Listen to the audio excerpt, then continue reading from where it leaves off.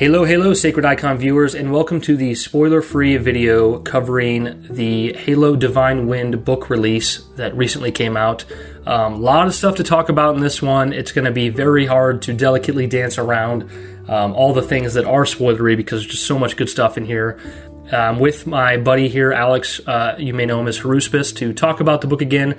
We were provided early copies of the book, just to let you guys know, but we're going to go into our thoughts on it and kind of cover it as best as we can without touching on those spoilers. So, to start off, I loved this book, Alex. I thought it was very good, to say the least. Are you on the same page? Yeah, I can come right out of the gate and say I think this is my favourite Troy Denning novel thus far. And, you know, he's had 6 goes at it now, I think. This is his 6th time around. So there's been quite a lot to sort of live up to on that front because I really love his previous books about Vita Lopez and the Ferret team.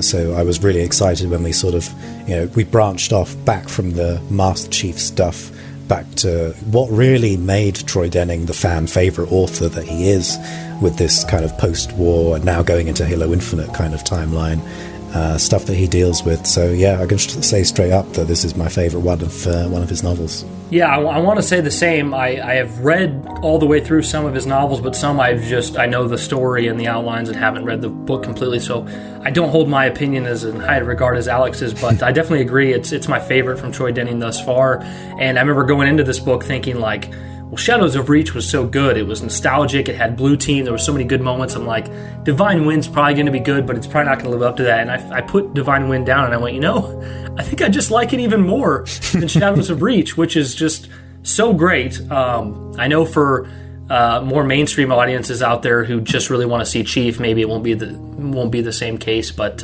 walking away from this book, I was just like, I was compelled at every moment, every way through it. I loved the characters. I loved the themes. There may have been a series of 5 to 10 pages somewhere in the middle that were a little slow for me, but that would be literally the only complaint I could make. The stakes were fittingly high. Characters acted the way as high as they can be, right? Right? Yeah. The galaxy at stake.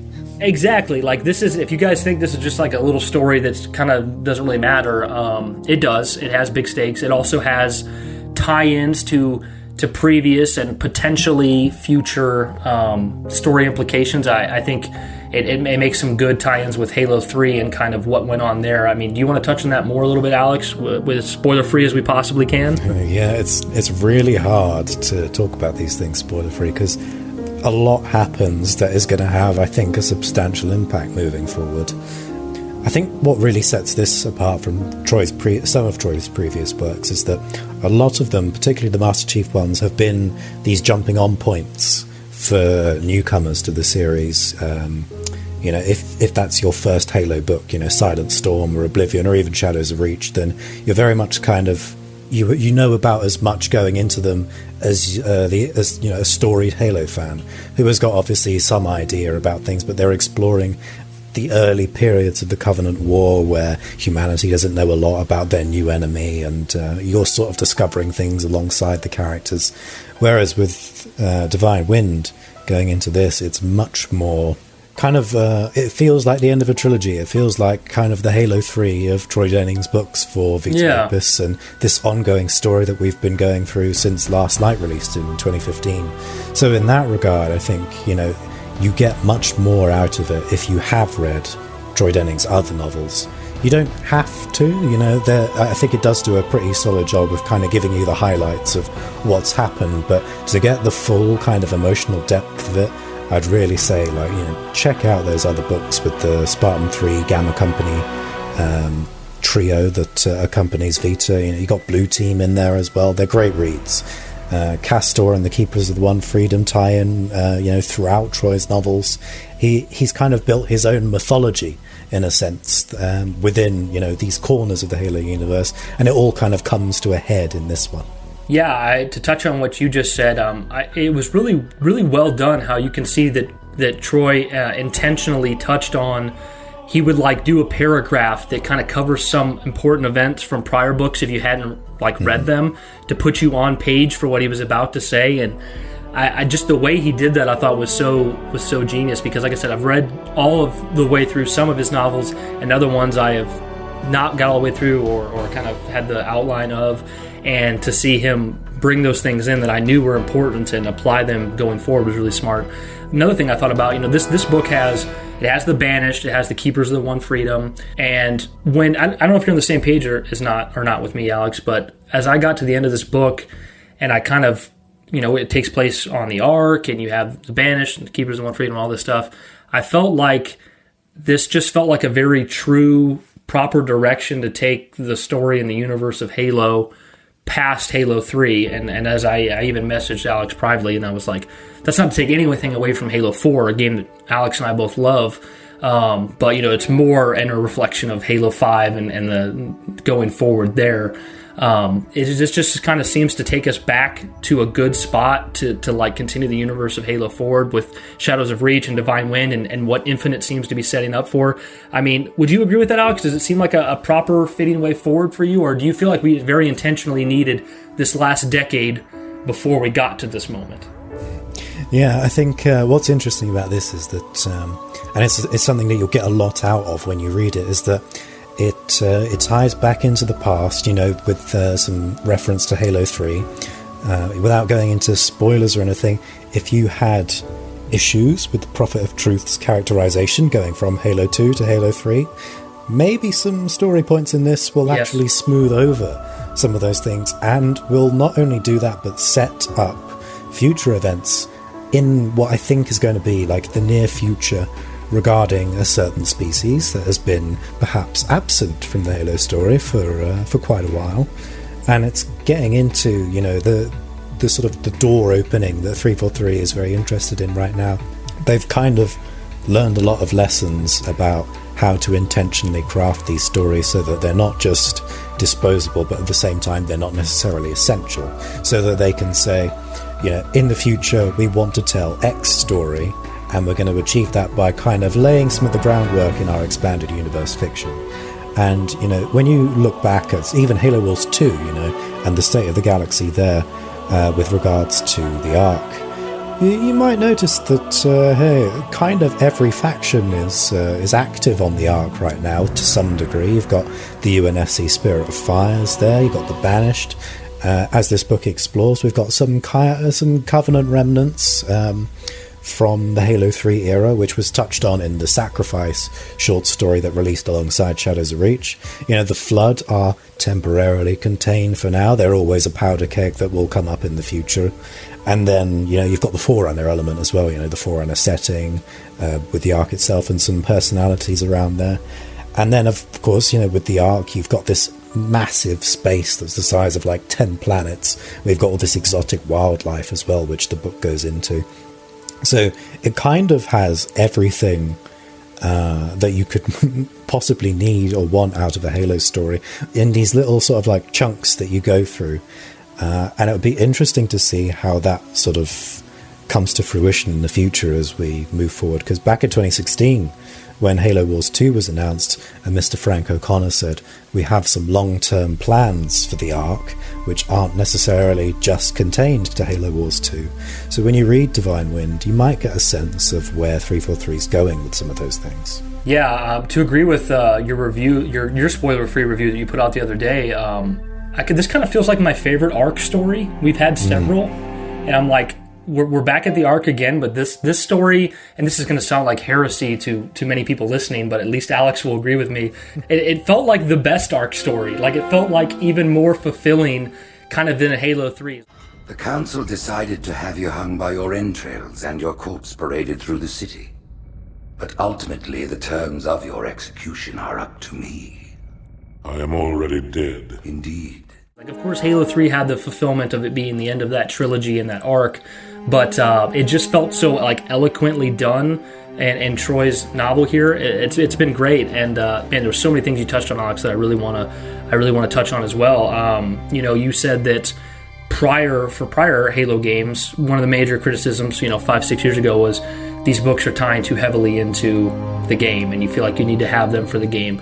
Well, they're doing such a great job of making, like you said, these stories feel very important, and they surround everything, but they really don't they don't feel like a requirement. They're not a requirement for those things. And it's funny, between Shadows of Reach, Divine Wind, Halo Wars 2, Halo Infinite, you're seeing, like, you could connect yourself from, like, Shadows of Reach all the way to Infinite, or Halo Wars 2 all the way to Divine Wind. Like, there's all these connections, and it's just, it's coming together in a way that makes the universe feel complete, but not in a way where it's essential to have one to have the other, which I love.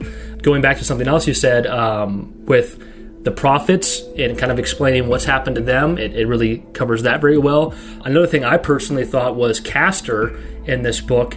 He gets, to me, without any spoilers, some kind of a similar experience that the Arbiter has, but not the exact same result that the Arbiter has, which is indeed was fascinating to me, because I'm like, we're kind of covering that same ground we did with the Arbiter again, but it's not resulting in the same thing that it did before. And then also we have, just by nature, of this book, the Spirit of Fire is there, UNSC is there, the Banished that we fought in Halo Wars 2. And they're very upfront about that. The Spirit of Fire kind of comes up pretty much at the start of the novel, so it's not a spoiler to say that, it is involved to some degree. Fair enough. I'm trying to walk that line, but Alex, glad you clarified that. Yeah, Spirit of Fire is mentioned there, and it doesn't feel like, and that's what I love so much, is it doesn't feel like Troy in any of his books has been afraid to touch on things that we as fans love, things that are important, and incorporate them, but not incorporate them in such a way that it's required reading.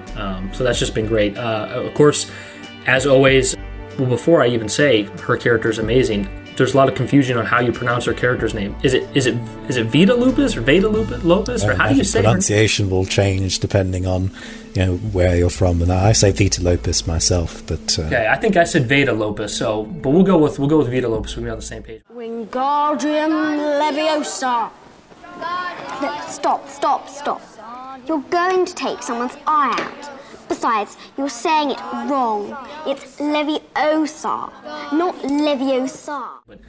Amazing character, dude. Like, she is just so awesome in every book she's been in, and she's just as good as ever here. Perfect characterization. It's a character that I so desperately want to see in other types of media, whether it's a game or a show.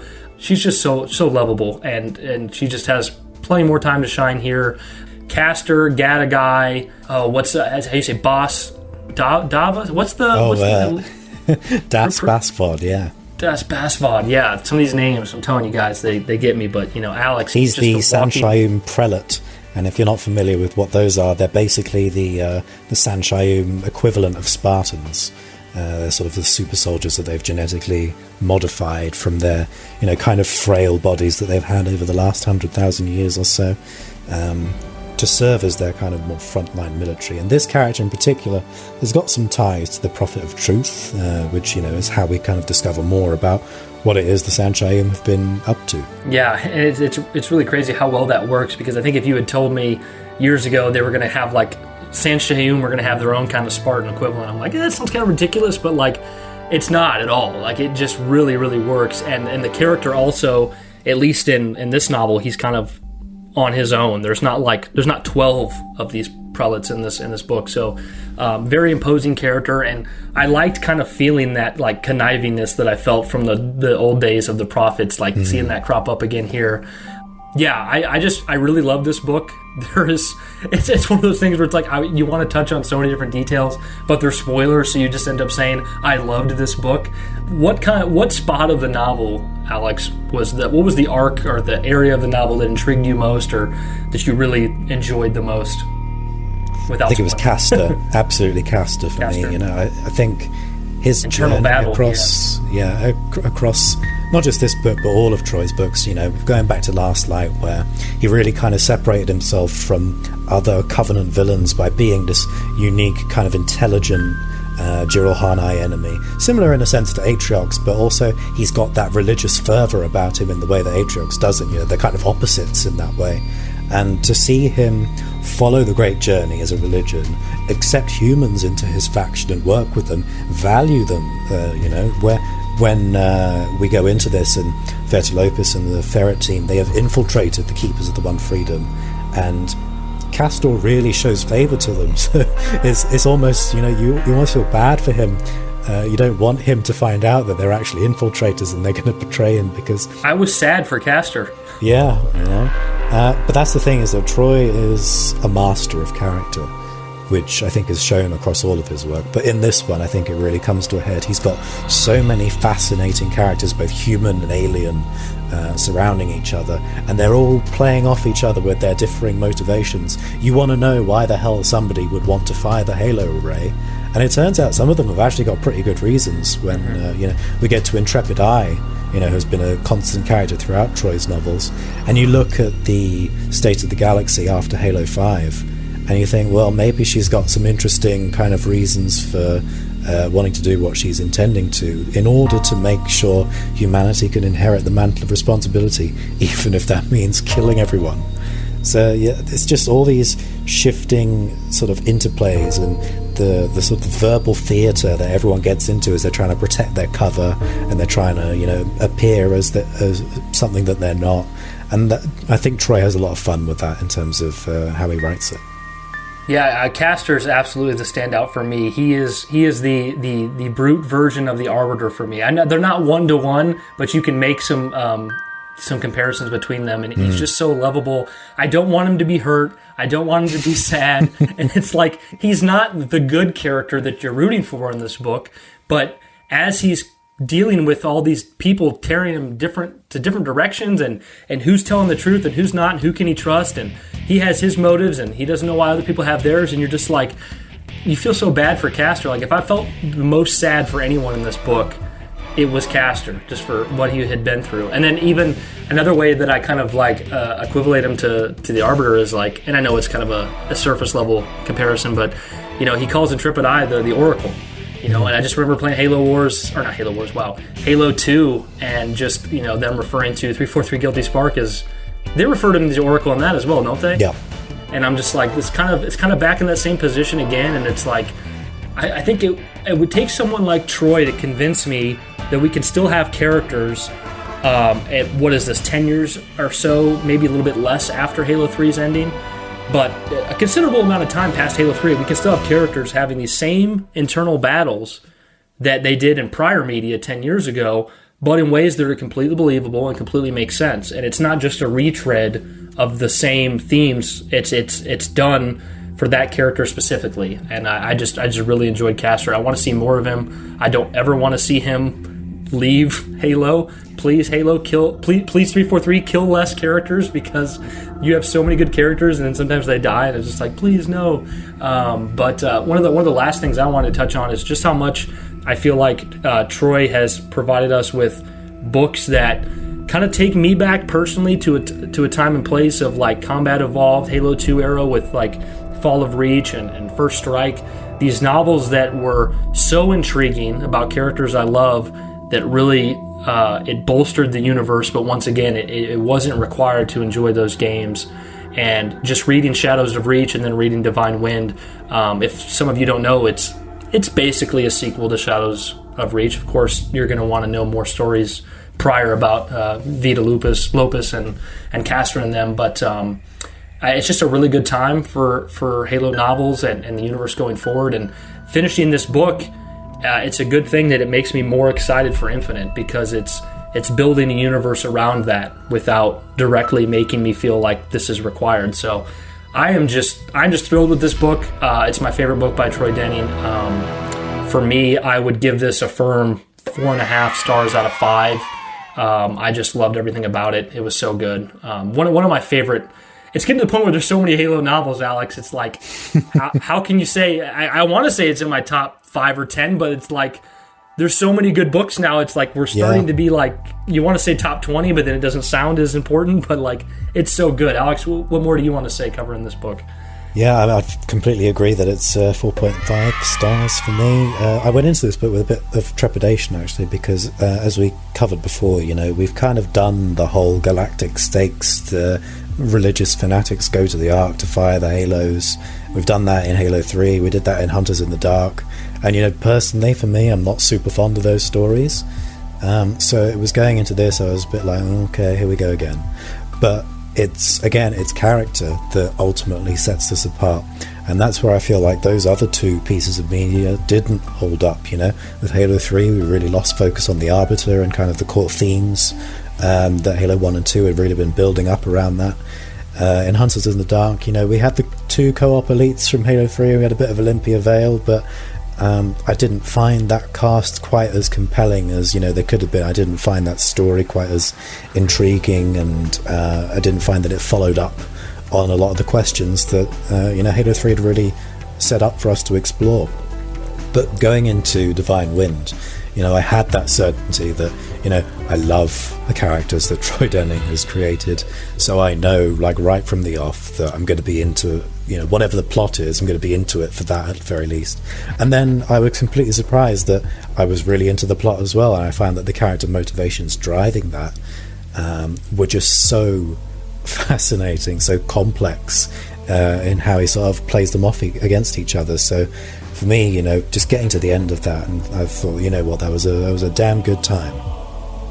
Yeah, it feels like when I'm reading through Troy's novels, the pages are deeply diving into the characters and their motivations more than the spectacle around them. You know, when I think about Divine Wind, yes, after I finished it, I'm thinking about Castor, I'm thinking about Vita Lopez, I'm thinking about Gatagai, I'm thinking about what their intentions were and why they made the choices they did, and it's less about them being on this big bombastic, you know, the Ark, or dealing with the Banished, or another cool thing that was dealt with in this book that I'll leave it to your imagination without spoiling, is even the Halo Wars 2 DLC factors into this novel, which is so cool.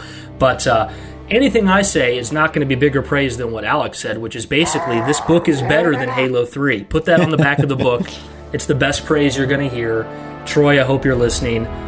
Divine Wind is better than Halo 3. But guys, it's a great book. We definitely recommend you go out and get it. It's something you're going to want to read. You're really going to enjoy. Like Alex said, and correct me if you think I'm not presenting you properly here, Alex, you can read this book without prior books knowledge, because Troy does such a good job of bringing you up to speed, but you're going to get more out of it if you have read his prior novels, such as Last Light, Retribution, Shadows of Reach, and the short story. What's the name of that short story? Sacrifice. That's hopefully 343 is working on making that available to more people, possibly in like a canon fodder or something, but it was the Walmart exclusive story, so it's a bit difficult to track down. Kind of takes away from the spectacle when you throw a Walmart exclusive in a bit. Yes. Yeah. Isn't there one other short story from Troy that applies as well, Alex? I think there's one more from in Fractures. Halo Fractures he did a short story which kind of bridges into Retribution from Last Light, as the Ferret Squad is on their first sort of like proper training mission. So that's another good one to check out as well. Absolutely. So there you go, guys. Those are the pieces that you need if you want to have the full picture, but don't be afraid to go pick up this novel and read it, even if you haven't read things prior. You're going to love it. It's going to put you in a great mindset for Halo Infinite going forward. If you love Halo Wars 2, you're really going to... I was smirking at certain pages I flipped over to as I saw references to things from Halo Wars 2, so you're going to love that. But guys, thank you for being here and watching this video. Let us know in the comments what you think of the book, what you liked, what you didn't like. Let us know if you think it's better than Halo 3, because that's definitely what's going on the back of the hardcover edition of this book that's coming out in the future. It's going to say, better than Halo 3, Divine Wind, Alex Haruspis. It's going to be right there.